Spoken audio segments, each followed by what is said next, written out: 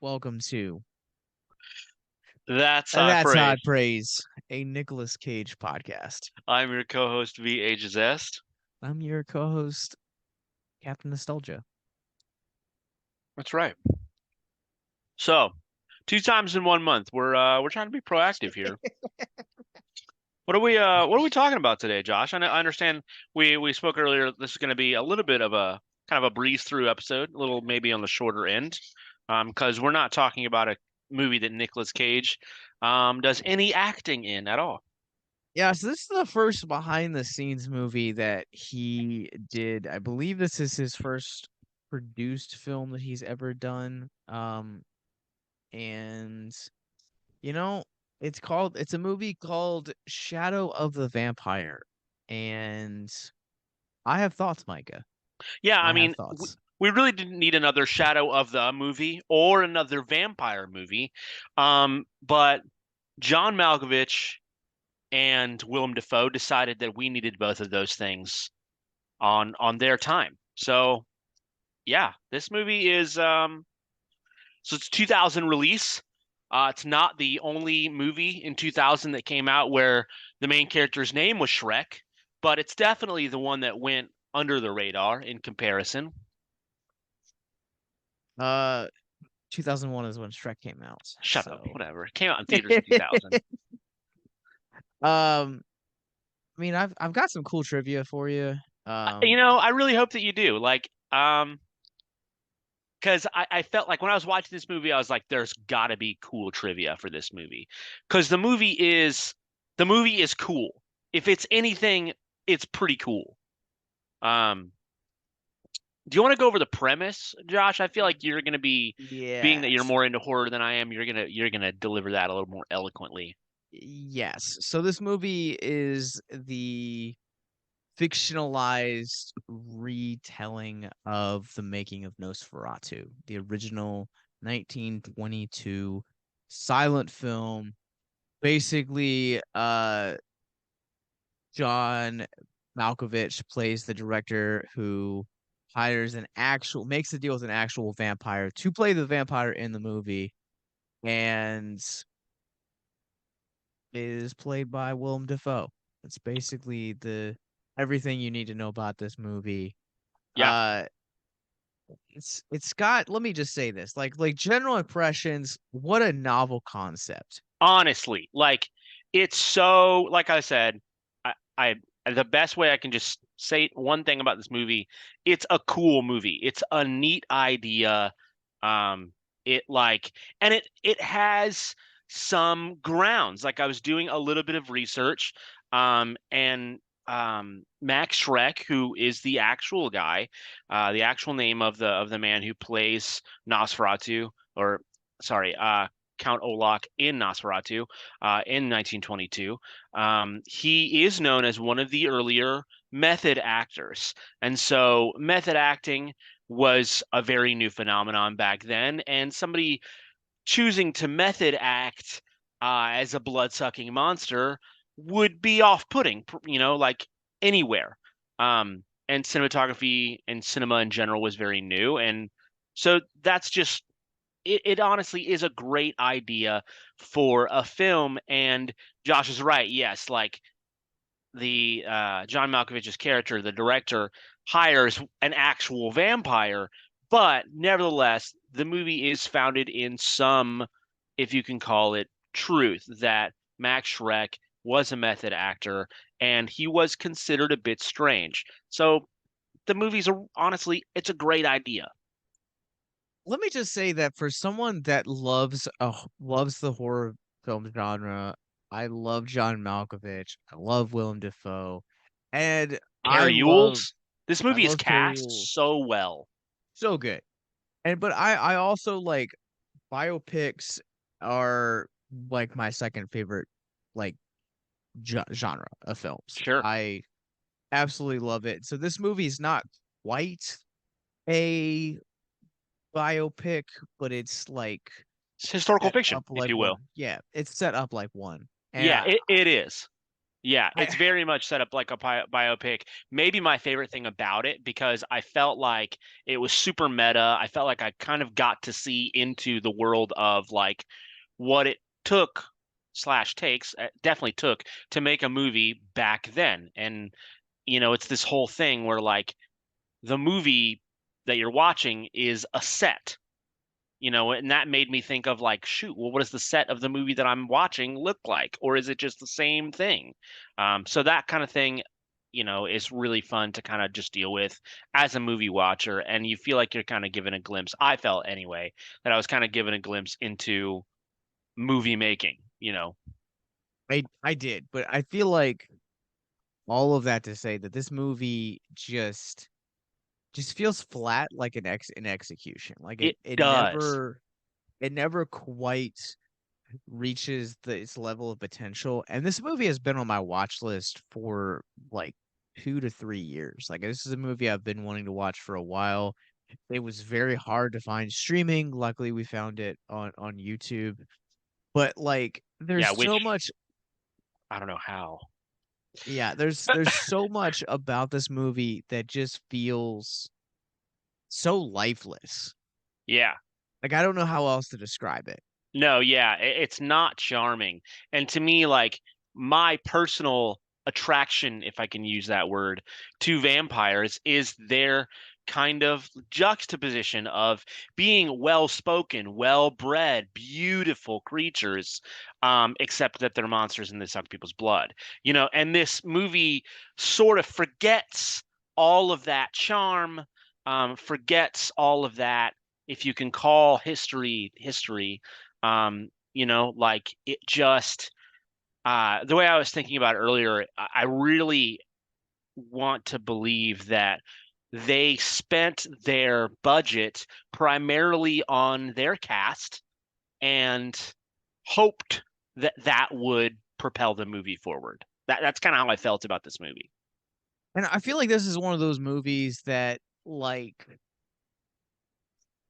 the cast is the saving grace. Like I think the two things you touched on earlier about the set design, absolutely gorgeous. Like Yes. the production of the world is just absolutely exceptional. And then it's the performances from both uh John Malkovich and Willem Dafoe that really make this movie like worth watching. Hmm. So much so that here's their first trivia fact that the producers of Spider-Man only cast Willem Dafoe as the Green Goblin in 2002 after watching this movie. Whoa, that's wild. So like this movie I feel like has staying power because of the performances, Sure. but there's nothing else. Like there's just nothing that really like I feel like there's a good handful of scenes where like probably one of my favorite scenes is like when Max is talking to the producers about what it's like to be a vampire and like Yeah. he's really disappearing into this role. Like I thought that was such a great sequence. Yeah. But there is like no other sequence that and probably like the final shot are like the two that I was like, okay, cool.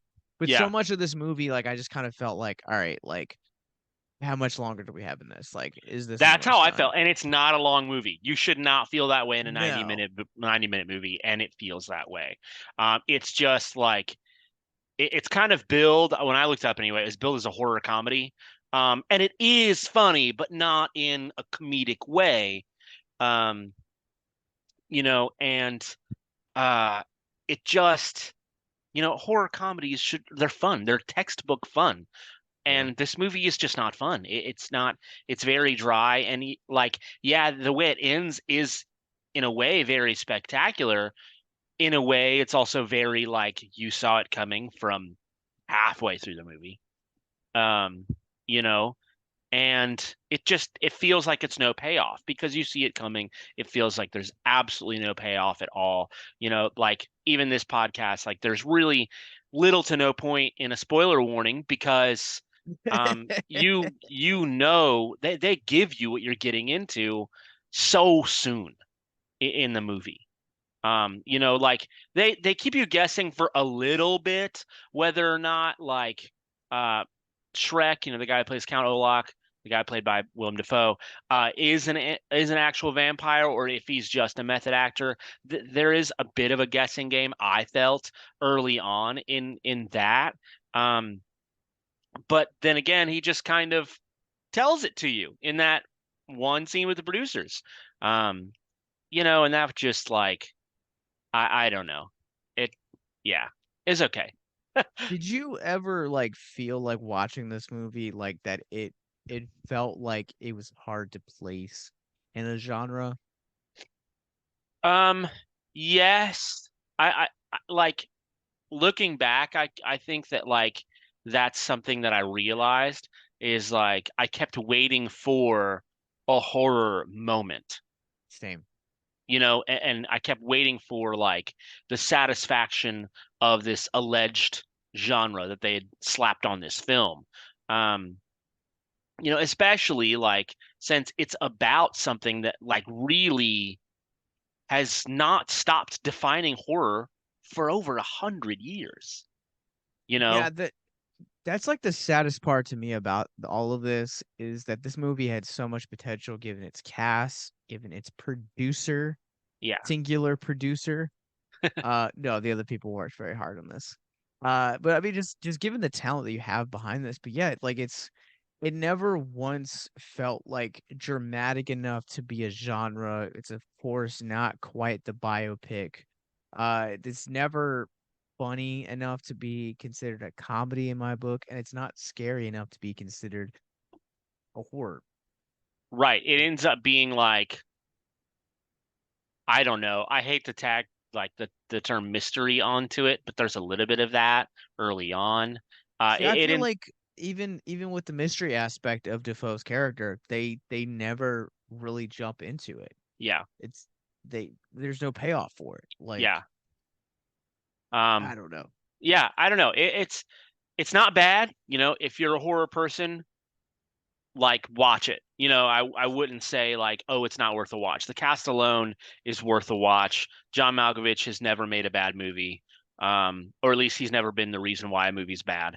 Um, There you go. Similar to Nicolas Cage, and like, uh, it's again, it's such a cool idea, but that ends up being about it. Yeah. Um, Well, yeah, I think I know the answer to this. So we'll ask this question. We'll jump into some trivia. But is I have Shadow a of the tri Vampire I have a piece worthy of of high trivia. praise? Anyway, is it worthy of high praise? No, it's not. It's not worthy of high praise. I think it could have been. I think it absolutely reeks of potential. But that's kind of the problem is that the movie has so much potential that is never realized. Um, and that is what hurts the most. Yeah, well spoken and agreed full-heartedly. I wanted to like this movie so much, and it fell so flat for me. Yeah. So give me your trivia though. Yeah, so you might have already covered this. I don't know. I wasn't looking for trivia. I just kind of like I realized during the movie that I didn't know a lot about Nosferatu, the film. Um, so I thought like one of my favorite scenes in the movie is very early on. They were given some of the producers and things were given the name Max Schreck by Malkovich's character. And they were kind of seemed to be taken aback. They were like, we don't recognize this. You could tell that they seem weird about it. Shrek is the German word for scare or fear. That's awesome. Yeah. Yeah, and So it's on real. It's a real German word. It means that, and that was the actor's real last name 100 years ago. so on the subject of Max Schreck, there is a legend around him as an actor or as just as an individual that he actually was a vampire in real life. And it's actually this legend that birthed the idea for this film. Yeah. Some variations of the legend suggest that Nosferatu was the only film Shrek ever made, the only reality He was already a stage and screen veteran by the time Nosferatu was shot and would appear in many other non-vampiric roles before his death in 1936. Yeah, very, very young death, very sudden. I know there was I like when I was reading, there was a rumor that like he was not who he said he was, or like that Max Schreck didn't exist, and he was actually just some other well-known actor, one of the guys from Metropolis, I believe. Mhm. Um, yeah, really just strange. But again, like perfect setup for this flop of a movie. Moreau's I think it's Malkovich's character has a line in it. If it isn't in the frame, it doesn't exist. This is actually a paraphrase of a piece of advice that the real Mernon gave to a young Alfred Hitchcock when the latter visited the UFA studios in Berlin before becoming famous. Hitchcock never forgot this advice and was still quoting it when filming his final film in the mid 1970s. The use of the Wow. quotation in context of The Shadow of the Vampire is a distortion of what the real Monroe said meant. Wow. That's satisfying, honestly. Yeah. Yeah. Um the part of Max Schreck was specifically written for Willem Dafoe, which again, I think who would you say is like the better like actor performance in this movie? Is it Dafoe or Malkovich for you? Because It's I it's Defoe, which I didn't same expect. Yeah, like I love John Malkovich. I tend to think similarly of him as I think of Nicolas Cage, that he's not really capable of like bad work as an actor. But I felt like I just tired of his character very quickly. The character did not grow, it didn't age. He just kind of, you got to see more and more of like his frustration kind of come out, as like he was just a passion, like an impassioned artist trying to make something out of himself, which is fair. But yeah, like Willem Dafoe, like um yeah, I think it's hard. It's hard to play an established character, especially at the time, 78 years after that character had already been, a legend of cinema. yeah. And Willem Dafoe just knocks it out of the park. Yeah, I agree. I really was just blown away by Defoe's performance in this. And I think that like that's the thing about Defoe as an actor, that the more like older I get and the more appreciation that I have for the medium of film, if I see Defoe in a picture, even if I don't end up liking the movie as a whole, Defoe always is a highlight. Like The Northman was a great example of that. Like I wasn't too keen on the movie as a whole, but I really loved Defoe's brief performance in that movie. Sure. Sure. Yeah, more trivia. I know there's more. I know there's at least one thing we have to talk about in regards to this movie that we haven't talked about yet. So I actually have two well, I have about two or three other ones. Uh Max Willem Dafoe, speaking of Dafoe, his portrayal of Max Schreck was nominated for an Academy Award. This is the only time that somebody has been nominated for their portrayal of a vampire. Which Wow. fascinates me because how dare you leave Gary Oldman out of that conversation? Yeah. Well, do you think, okay, in that regard, do you think that like genre plays into that? Like I don't really feel like I see horror movies like really gaining accolades outside of the horror community. Do you think that like it's because they are horror movies and this Oh, didn't feel that way? 100%. Yeah. I think that it has to do with 100% because there was lots of great performances this past year that just were overlooked simply because the genre they were in. Yeah. I mean, I don't really know how else to explain it. Yeah. Um, Lots of Defoe trivia here. Willem Sick. Dafoe groped Catherine McCormick's right breast for roughly 5 minutes in a single scene. By the way, this is free on YouTube, and like it's not censored, free on YouTube. I don't understand how anyone is getting away with this, but yeah, Uh, yeah. Um, this is the second time that Willem Dafoe has worked on a vampire movie. The first one was 1983's The Hunger. that sounds bad.